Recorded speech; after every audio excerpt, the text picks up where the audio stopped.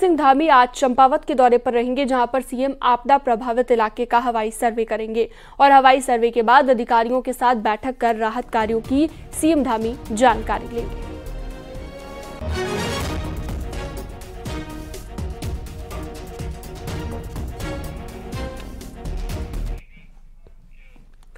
महिला अपराध से जुड़े मुद्दों को लेकर महिला कांग्रेस आज बड़ा प्रदर्शन करने जा रही है। दोपहर में 12 बजे कांग्रेस ऑफिस से मुख्यमंत्री आवास कूच का प्रोग्राम है। महिला कांग्रेस प्रदेश अध्यक्ष ज्योति रौतेला के मुताबिक सभी सीनियर नेता भी इस प्रदर्शन में शामिल होंगे। देखिए, मुख्य मुद्दा इस वक्त हमारे पूरे प्रदेश में जिस तरीके से महिलाओं के ऊपर अत्याचार, बलात्कार और दुराचार की घटनाएं लगातार बढ़ती जा रही है, लॉ एंड ऑर्डर हमारी जो सरकार का फेल है, उसके खिलाफ हम लोगों ने ये मुख्यमंत्री आवास कूच रखा है। हमारे जो सभी सीनियर नेता हैं, हरीश रावत जी, यशपाल आर्य जी, प्रीतम सिंह जी, डिप्टी सीएलपी हमारे भुवन कापड़ी जी, हमारे प्रदेश अध्यक्ष करण मेहरा जी और गणेश गोदियाल जी, सभी लोग इस कार्यक्रम में शामिल होंगे। मोदी सरकार के तीसरे कार्यकाल के शुरुआती 100 दिन पूरे हो चुके हैं, लिहाजा केंद्रीय परिवहन राज्य मंत्री अजय टम्टा ने अपनी सरकार की उपलब्धियां जनता के सामने रखी और दावा किया कि 100 दिन में पीएम नरेंद्र मोदी के नेतृत्व में कई ऐतिहासिक निर्णय हुए, जिनका फायदा आने वाले दिनों में सीधे जनता को मिलेगा।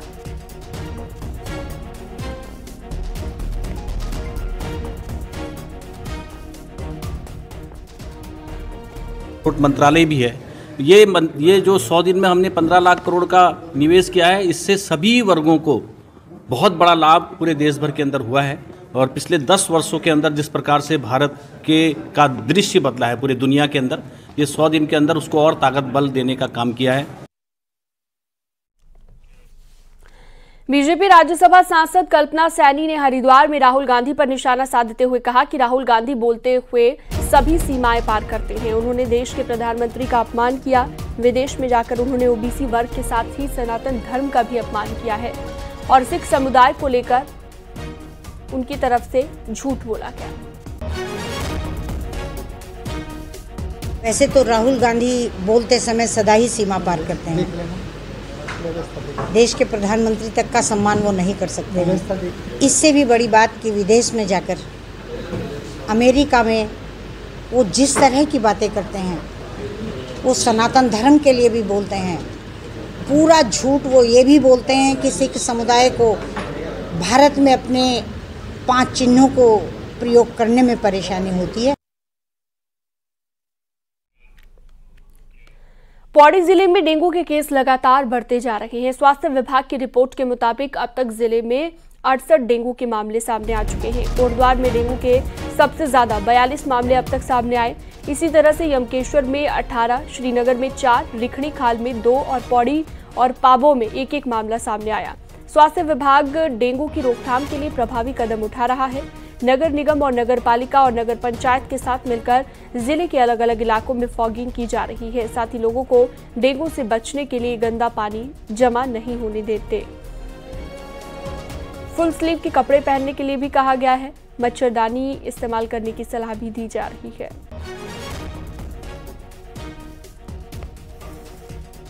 फिलहाल जनपद पौड़ी में हमारे पास 68 केसेस हैं जो एलाइजा पॉजिटिव हैं।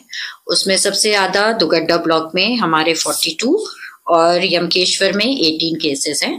बाकी चुटपुट जो है खिरसू, रिखणीखाल और पाबो ब्लॉक में है। हमारी टीमें जो है वो अपना पूरा सोर्स रिडक्शन कर रही हैं, घर घर जाके कहाँ पे पानी इकट्ठा है, कहाँ पे लार्वा मिल रहे हैं, उन सबको देख के उन सबको पानी गिरा रही है और लोगों को पैम्पलेट्स बांट रही है, यानी कि जागरूक कर रही है कि किस तरीके से डेंगू से बचना है। आलोक रावत हमारे साथ पौड़ी से जुड़ चुके हैं इस पर ज्यादा जानकारी के साथ। आलोक, एक एडवाइजरी भी जारी कर दी गई है डेंगू के मरीज जिस तरह से बढ़ रहे हैं इलाके में कि आपको अपने लिए खुद ही एहतियात बरतना होगा। क्या कुछ एडवाइजरी में जारी किया गया है आलोक? देखिए, बताना चाहूंगा कि जो स्वास्थ्य विभाग है वो लगातार अपील कर रहा है कि डेंगू से बचाव के लिए जो गंदा पानी है वो इकट्ठा ना होने दे, क्योंकि सबसे अधिक जो लार्वा मिल रहा है वो गंदे पानी में मिल रहा है। घरों में सोर्स डिटेक्शन का कार्य किया जा चुका है और करीब जो 17,200 के करीब जो घर हैं वहां पे लार्वा मिला है। इसके साथ साथ 9,000 के करीब जो कंटेनर हैं उनमें भी लार्वा मिला है। तो कहीं ना कहीं जो स्वास्थ्य विभाग है वो एहतियात बरतने के लिए भी अपील लोगों से कर रहा है ताकि डेंगू के केस लगातार ना बढ़े। और जिले में 68 केस अब तक सामने आ चुके हैं। इसमें 42 केसेस जो है कोटद्वार के डुगड्डा क्षेत्र से सामने आए हैं और पहाड़ी इलाकों में भी लगातार डेंगू अपना कहर बरपा रहा है। जी ठीक है, बहुत शुक्रिया विस्तार से जानकारी देने के लिए आपका आलोक रावत। बढ़ते हैं आगे। अल्मोड़ा जिले में जल निगम की भारी लापरवाही सामने आ रही है। धौला देवी ब्लॉक के दर्जनों गांव में पेयजल संकट से ग्रामीण परेशान हैं। दनिया कस्बा सहित आसपास के लोग हैंडपंपों और प्राकृतिक स्रोत से पानी भरने के लिए मजबूर हो गए हैं, जबकि विभाग सरयू बेलक पंपिंग पेयजल योजना को ठीक से सुचारू नहीं कर पाया है और चिमार्क पेयजल योजना में फॉल्ट को ही विभाग एक सप्ताह में नहीं ढूंढ पाया है।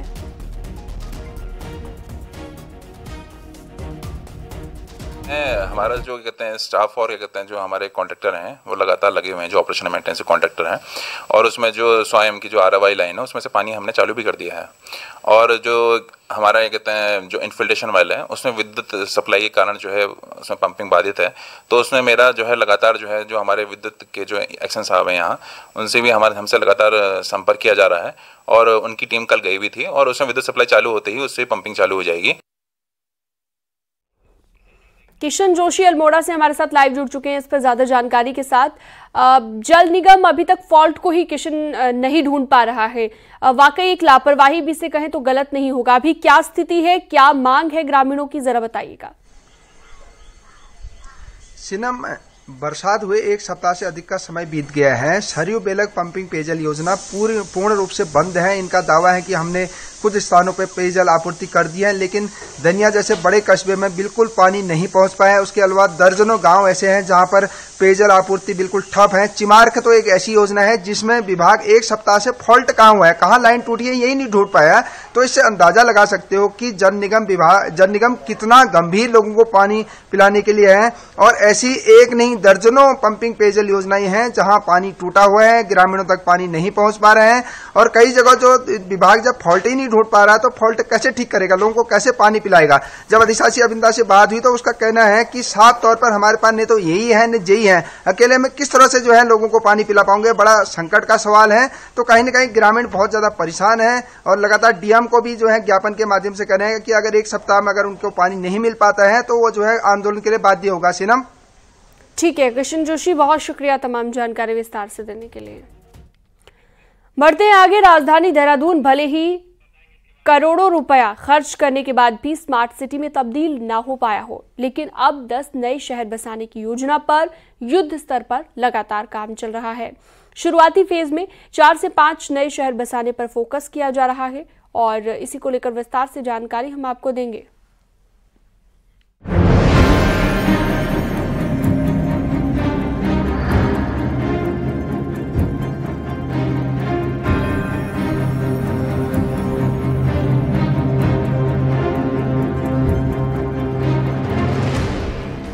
शहरों पर लगातार बढ़ रहे आबादी के बोझ को कम करने और उत्तराखंड में पर्यटकों की बढ़ती आमद के मद्देनजर आवास विभाग ने 10 नए शहर बसाने की योजना बनाई है।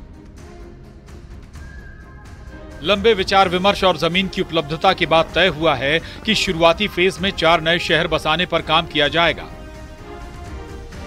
इन दिनों चिन्हित जगहों की सर्वे रिपोर्ट पर काम चल रहा है। नए शहरों में देहरादून, उधम सिंह नगर, हरिद्वार, नैनीताल जैसे अधिक आबादी वाले जिलों पर तो फोकस है। पहले फेज में गढ़वाल में ऋषिकेश, कर्णप्रयाग रेल परियोजना के स्टेशनों के आसपास और कुमाऊं में पिथौरागढ़ में नए शहर बसाने की संभावना भी टटोली जा रही है। अभी कुछ हमने पर्वतीय क्षेत्रों में स्पॉट्स आइडेंटिफाई किए हैं, उस पर बेसिक होमवर्क करना हमने शुरू कर दिया है। जिस दिन फाइनलाइज हो जाएंगे मैं शेयर कर लूंगा। बेसिकली मैं ऋषिकेश कर्णप्रयाग रेल लाइन की जो रेलवे स्टेशन है उसके आसपास में आधुनिक शहरों का निर्माण करना बहुत आवश्यक है, उसको मैं एक प्रायोरिटी के रूप में ले रहा हूँ। शहरी विकास मंत्री का कहना है कि शहरों में लगातार आबादी बढ़ने के चलते कई तरह की समस्याएं पैदा हो रही हैं। सरकार ने पहले प्रदेश भर में 22 नए शहर विकसित करने की योजना बनाई थी, लेकिन जमीन की उपलब्धता नहीं होने के कारण कम शहर बसाने की ही योजना है।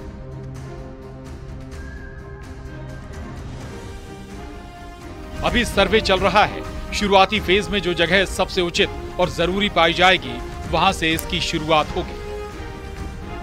पहले आप जानते हैं 22 क्षेत्रों को हमने चिन्हित किया था, अब उसको शॉर्टलिस्ट कर रहे हैं। शॉर्टलिस्ट करने के बाद सारी एक्सरसाइज अभी हमारी जारी है।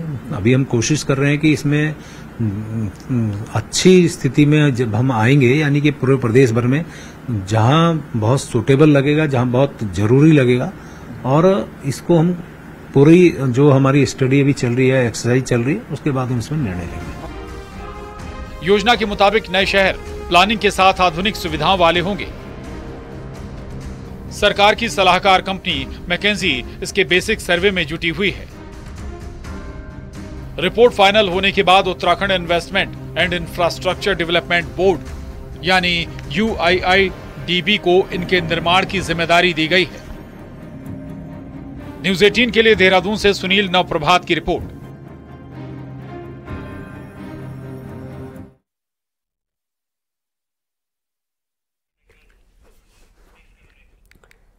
छात्र संघ चुनाव की तैयारी के बीच देहरादून के DAV कॉलेज में शुक्रवार को पत्थरबाजी हो गई और गनीमत ये रही कि पथराव में किसी को गंभीर चोट नहीं आई। तस्वीरों में भी आप देख सकते हैं कि कॉलेज में पत्थरबाजी के बाद किस तरह से स्टूडेंट्स में जमकर हाथापाई हुई। हालांकि जैसे ही पुलिस आई, स्टूडेंट्स भागते हुए नजर आए। DAV कॉलेज में कई बार छात्र संघ चुनाव के दौरान इस तरह की तस्वीरें सामने आती हैं। दरअसल विवाद NSUI और आर्यन ग्रुप के स्टूडेंट्स के बीच हुआ है। पुलिस ने 22 नामजद 25 अज्ञात लोगों के विरुद्ध सरकारी काम में बाधा डालने के संबंध में केस दर्ज किया। साथ ही 11 मुख्य अभियुक्तों को हिरासत में लिया है।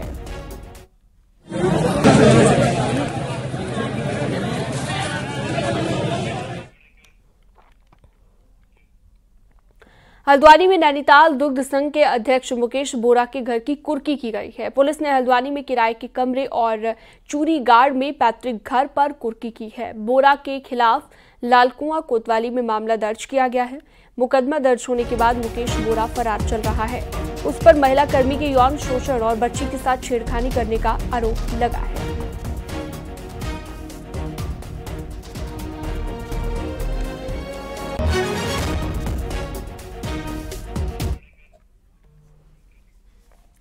हरिद्वार के लक्सर में बिना परमिशन के बनाए जा रही मस्जिद को लेकर विवाद जारी है। SDM लक्सर ने मुस्लिम पक्ष के लोगों से मस्जिद से जुड़ी अनुमति दिखाने के लिए ऑफिस बुलाया था, लेकिन मस्जिद बना रहे लोग सभी दस्तावेज नहीं दिखा पाए, जिस पर SDM ने उन्हें कल फिर से मिलने के लिए बुलाया है। मामले में आपत्ति कर रहे हिंदुवादी संगठन के कार्यकर्ताओं का कहना है कि इस क्षेत्र के 500 मीटर के दायरे में दूसरी मस्जिद पहले से मौजूद है। नियमों के मुताबिक यहां पर मस्जिद नहीं बनाई जा सकती। लक्सर SDM का कहना है कि मौके पर मौजूद अस्थायी स्ट्रक्चर हटा दिया गया था। दस्तावेजों की जांच होने के बाद ही स्थिति को स्पष्ट किया जा सकेगा।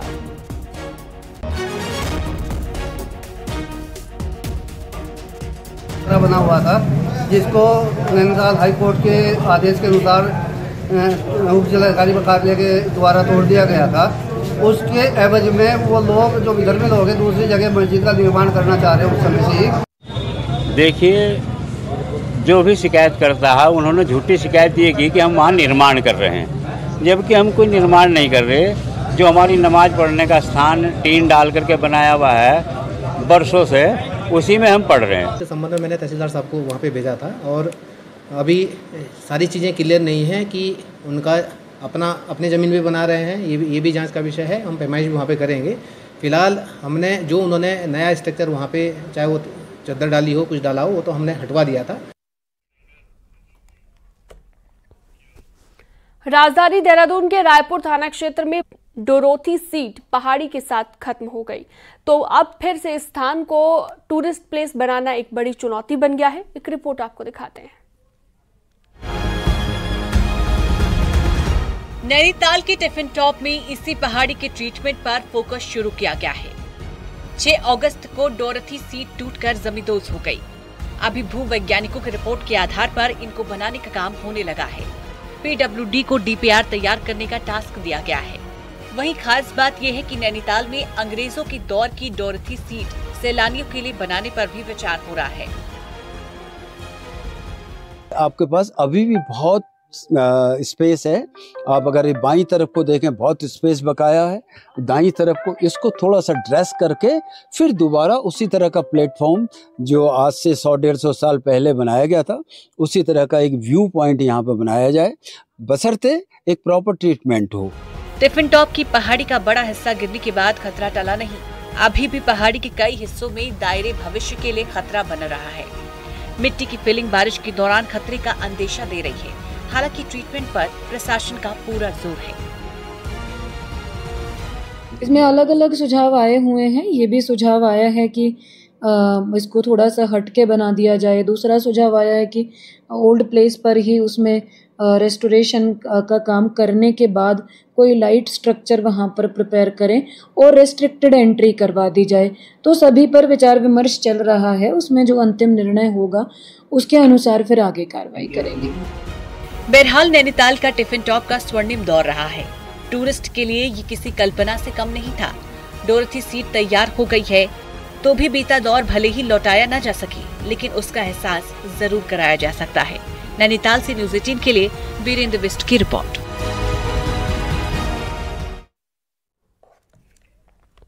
हरिद्वार के जमालपुर कलागांव में एक डीजे गोदाम से सांप निकलने के बाद अफरा तफरी का माहौल बन गया। डीजे गोदाम से डीजे के साउंड बॉक्स गाड़ी में लादे जा रहे थे कि तभी वहां पर काम कर रहे लोगों ने एक कोबरा देखा तो उनके होश उड़ गए और गोदाम के कर्मचारी इधर उधर भागने लगे। इस दौरान वन विभाग को इसकी सूचना दी गई, जिसके बाद वन विभाग की टीम ने पहुंचकर कोबरा को निकाला और सुरक्षित जगह पर छोड़ दिया।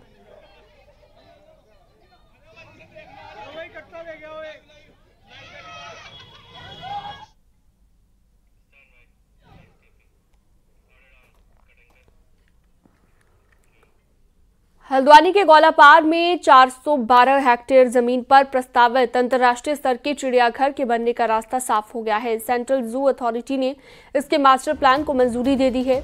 उत्तराखंड के chief wild life warden Sameer Sinha का कहना है कि अब शीघ्र ही डीपीआर तैयार कर इसका निर्माण शुरू कर दिया जाएगा। हल्द्वानी के गौलापार में 1 दशक से भी ज्यादा समय से अंतर्राष्ट्रीय स्तर के चिड़ियाघर का निर्माण प्रस्तावित है।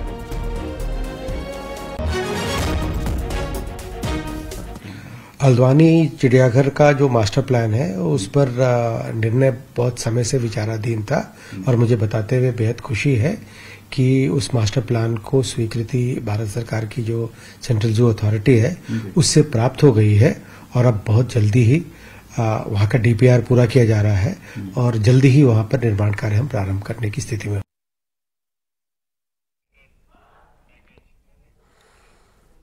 उत्तराखंड के खेल प्रेमियों के लिए अगला एक हफ्ता बेहद खास रहने वाला है, क्योंकि यहां पर गेम्स के महाकुंभ यानी कि स्टेट ओलंपिक का आगाज हो चुका है और राज्य के हजारों खिलाड़ी 33 खेलों में हिस्सा ले रहे हैं।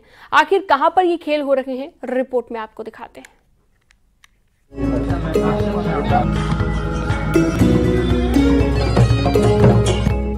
इस गाजे बाजे के साथ रुद्रपुर के इस स्टेडियम में 5वें स्टेट ओलंपिक की शुरुआत हो चुकी है, जो 27 सितंबर तक जारी रहेंगे।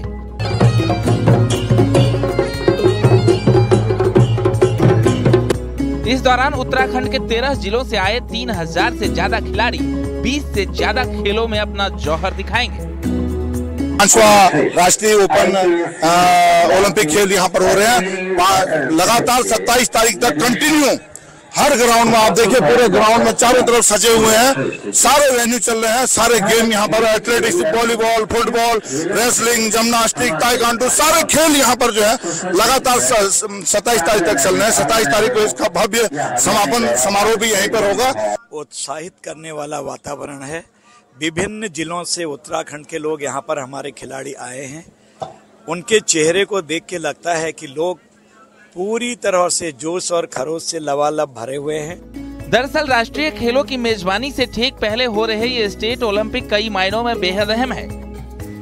इस स्टेट ओलंपिक को नेशनल गेम्स की रिहर्सल के तौर पर भी देखा जा रहा है, लिहाजा खेलों का आयोजन करा रहे स्टेट ओलंपिक एसोसिएशन से लेकर खिलाड़ी तक सब जोश में हैं।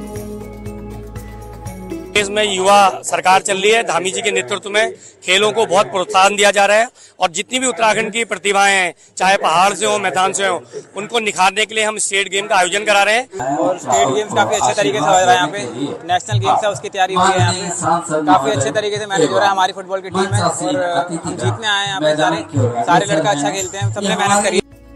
जाहिर है नेशनल गेम्स का पूरा जिम्मा स्टेट ओलंपिक एसोसिएशन पर ही होगा। लिहाजा स्टेट ओलंपिक उत्तराखंड के पास देश भर से आने वाले खिलाड़ियों की अगवानी से पहले अपनी तैयारियां परखने का एक सुनहरा मौका है। लिहाजा आप भी अगर क्रिकेट, हॉकी, फुटबॉल से लेकर जमीन, आसमान और पानी में खेले जाने वाले खेलों का लुत्फ लेना चाहते हैं तो चले आइए रुद्रपुर, जहां आपको सब कुछ दिखाई देगा। रुद्रपुर से न्यूज 18 के लिए शैलेंद्र नेगी की रिपोर्ट। और अब एक नजर पहाड़ की